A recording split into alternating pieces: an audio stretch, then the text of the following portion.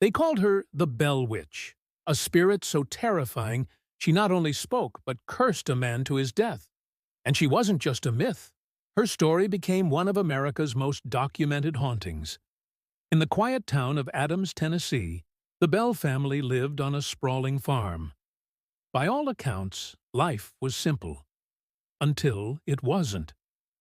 Strange knocks, whispers in the dark, and violent attacks turned their peaceful home into a living nightmare. What happened on that farm still sends shivers down the spines of those who hear it. Was the Bell Witch real? Or was something even darker at play? It began innocently enough. John Bell noticed odd disturbances around his property, animals behaving strangely and shadows that moved in the corners of his vision. He dismissed them as tricks of the light or fatigue.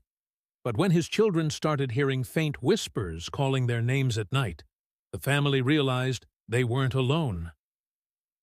At first, the whispers were just unnerving, a soft voice in the dark that seemed to vanish when they turned on a lamp. But soon, it grew louder, clearer, and undeniably real. The voice mocked them, repeating their conversations from earlier in the day as if it had been watching.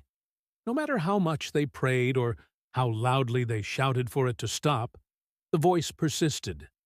The Bell children became afraid to sleep.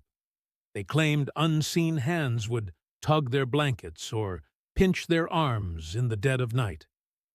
John Bell, the patriarch, tried to keep his family calm, but even he couldn't deny that something malevolent was targeting them. One evening, John Bell discovered something on the farm that he couldn't explain.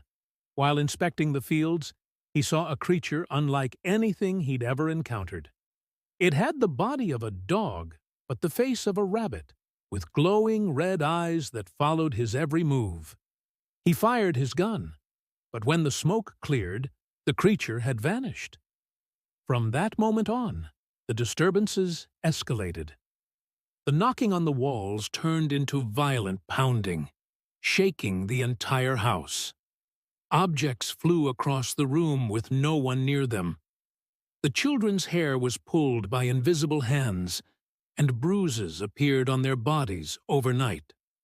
Soon, the Bell Witch began to speak. At first, it was incoherent muttering. Then, it grew into full sentences. The voice mocked John Bell relentlessly, calling him a scoundrel and villain. It seemed to take pleasure in his growing fear. "I'll see you dead, old man," the voice hissed one night. Neighbors began to take notice.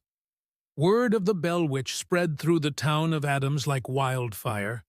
Some came to offer their help, armed with Bibles and crosses. Others came out of morbid curiosity. But the Bell Witch was more than just a ghost. It was intelligent, manipulative, and powerful. One witness, a local minister, attempted to banish the entity with prayers and holy water. The witch mocked him, repeating his prayers back to him in a sing-song voice. When he demanded the spirit leave, it responded, "I'll leave when I'm done." The Bell family was desperate. John Bell's health began to decline.